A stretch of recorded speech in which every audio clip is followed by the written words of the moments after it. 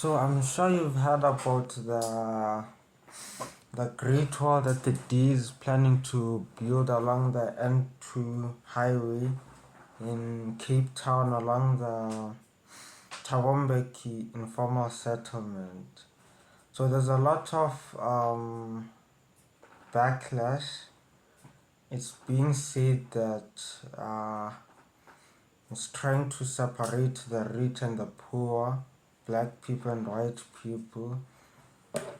I'm not sure if that's the D's true intentions of doing that, but according to what I know, they're trying to prevent crimes like smash and grabs, stone throwings, and all that stuff, because cars always slow down because it's near the airport. So people from the informal settlement take advantage of that and go ahead to do whatever shenanigans at the highway. So personally, I think that number one, the priorities by the day are not straight. You know, they could literally use that money to rebuild the informal settlement. To fix the problem, build better homes for the people there, build better sanitation instead of building a wall, if you get what I'm saying. And the other thing is that the DA is trying to prevent crime by building a wall along the highway. I think that it's not necessarily solving any problem. I feel like the problem will be misdirected because they are not dealing with the root cause of these crimes. The root cause of these crimes is inequality, unemployment, and all that stuff. And the only way to fix that is by educating the people in the informal settlements, is by educating people in the informal settlements, teaching them how to run businesses, or teaching them how to money making skills, so that they move away from crime and move more towards entrepreneurial activities. And also, the other thing is that there's a high chance that the youths are doing this so that they can have something to smoke or drink. So, uh, taking these young people to rehabilitation centers would really be helpful, and all that requires money.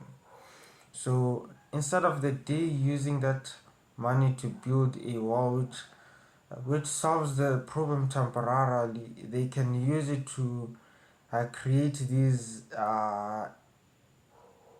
empowering programs to empower the community, so that the core is uh, so that the core issues of these places can be permanently resolved.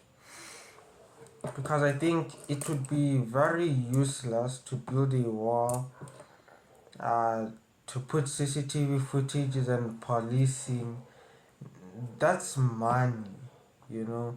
Building the wall in and of itself is expensive. It costs millions of rands. And now you're adding policing, who have to be paid. You're adding CCTV footages that have to be maintained. You're probably paying people to watch over the CCTVs. The CCTVs might even be destroyed and they will need to be replaced. All that is a lot of money. Money that can be directed to fixing the informal settlement. You can either choose to rebuild the entire informal settlement or relocate the community that lives there into a better area, build a a formal settlement, empower these people with education. Now, how do you empower these people with education? You empower their kids, because already the youths, it's too late. They've had their chance and they didn't get that opportunity, maybe, or whatever the case is. So you start off by educating their children, and also teaching the youths, the teenagers, that entrepreneurial activities. I feel like that could move people away from crimes into businesses, into something productive. So I feel like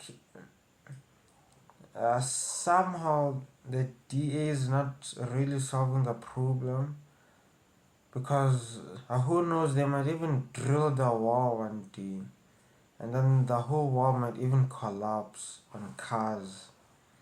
So I think those are things that the DA hasn't really thought about. Yeah, and yeah.